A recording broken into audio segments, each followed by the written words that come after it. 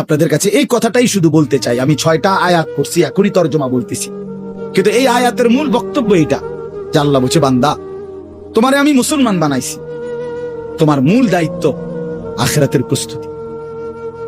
আখিরাতের প্রস্তুতি তোমারে আমি সিদ্ধান্ত নিয়ে পছন্দ করে আমার ইচ্ছায় তোমারে আমি ইমানদারের ঘরে জন্ম দিয়েছি।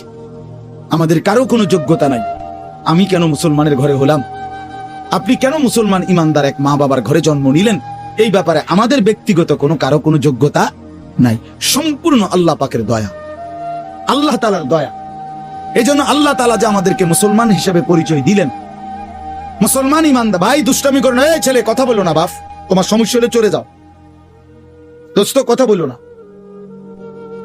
তো আমাদেরকে যে আল্লাহ তাআলা এই দয়াটা করছেন, মুসলমান বানিয়েছেন, আমরা আলহামদুলিল্লাহ ছোট্টবেলা থেকেই নিজেদেরকে মুসলমান পরিচয় দেই না? সেই পিচ্ছি থাকতে 2 বছর থেকে মার মাধ্যমে, বাফের মাধ্যমে, মক্তবের হুজুরের মাধ্যমে কত হাজার বার আমরা এই কালেমা লা ইলাহা ইল্লাল্লাহ মুহাম্মাদুর রাসূলুল্লাহ আমরা পড়ছি।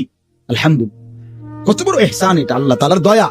আল্লাহ আমারে বলার তৌফিক দিছে, আমারে পরিচয় দেওয়ার তৌফিক দিছে, যে আমি স্বাচ্ছন্দ্যে বলতে পারি আমরা যে আমি মুসলমান, আমি মুসলমান। এই পরিচয় নিয়ে আমরা লজ্জিত না, ঠিক কিনা বলেন? এখানে একজন আছেন যে আমি এই পরিচয়ের কারণে লজ্জিত? তাইলে আল্লাহ তাআলা আমাদেরকে দয়া করে, ইহসান করে, বান্দার উপরে আল্লাহর সবচেয়ে বড় দয়া কি? তাফসীরের মধ্যে লিখছে কালেমা লা ইলাহা ইল্লাল্লাহ। যাকে আল্লাহ ঈমান দিয়েছেন, যার জবানে আল্লাহ কালেমার দৌলত দিয়েছেন, তাকেই আল্লাহ তাআলা এই আসমান ও জমিনের সর্বশ্রেষ্ঠ নিয়ামত দান করেছেন। ঈমানের চাইতে দামি কিছু নাই, কালেমার চাইতে দামি কিছু নেই, মুসলমান পরিচয়ের চাইতে খোদার কসম শ্রেষ্ঠ কোনো কিছু নেই। এই পৃথিবী আপনি যদি 10-12 পেয়ে যান, এগুলো শেষ হয়ে যাবে, হবে না? কথা